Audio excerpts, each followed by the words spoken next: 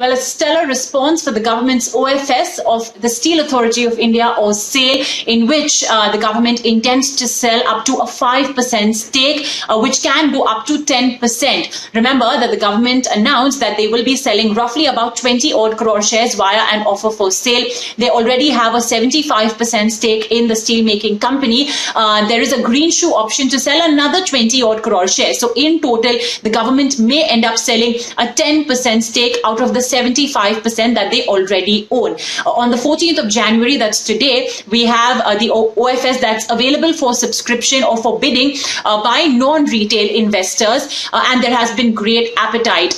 Or as per the BSE website, as on 1:30 p.m., we see that there are already 11.5 crore bids in. The floor price, remember, of for this OFS was 64 rupees per share. That's at a bit of a discount compared to what we saw on Wednesday's closing market price. So great appetite coming in, especially from the non-retail investor portion for sales OFS.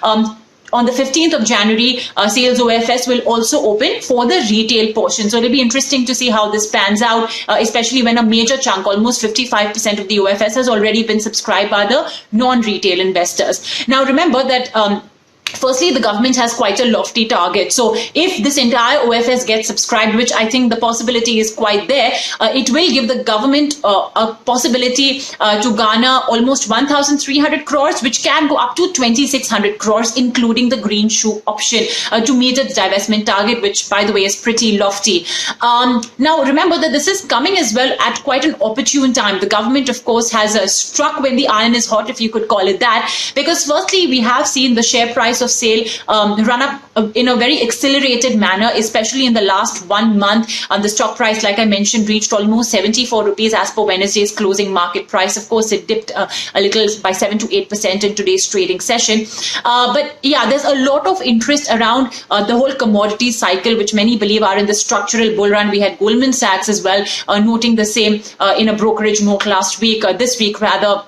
Steel prices have been hitting the roof. HRC prices have gone beyond 50,000 rupees per ton. Even iron ore prices have gone surged significantly, but SAIL has an advantage over there because it is a completely backward integrated company. All of its iron ore is procured by its captive mines, so that gives it a huge advantage, especially at a time when lump ore prices by NMDC have been hiked to 5,700 rupees per ton. And what's more, one big issue with SAIL has been debt. It's got a lot of debt on its book, but as you know, we spoke to the outgoing chairman of SAIL last week, and he said about how deleveraging now is the key focus area for SAIL. So if it's successful in doing that, you will essentially be looking at a company that's the largest in terms of installed capacity in India and whose debt is on the way down. So indeed exciting times. The government is tapping in on that, and investors as well at this point of time seem to be lapping up on the story.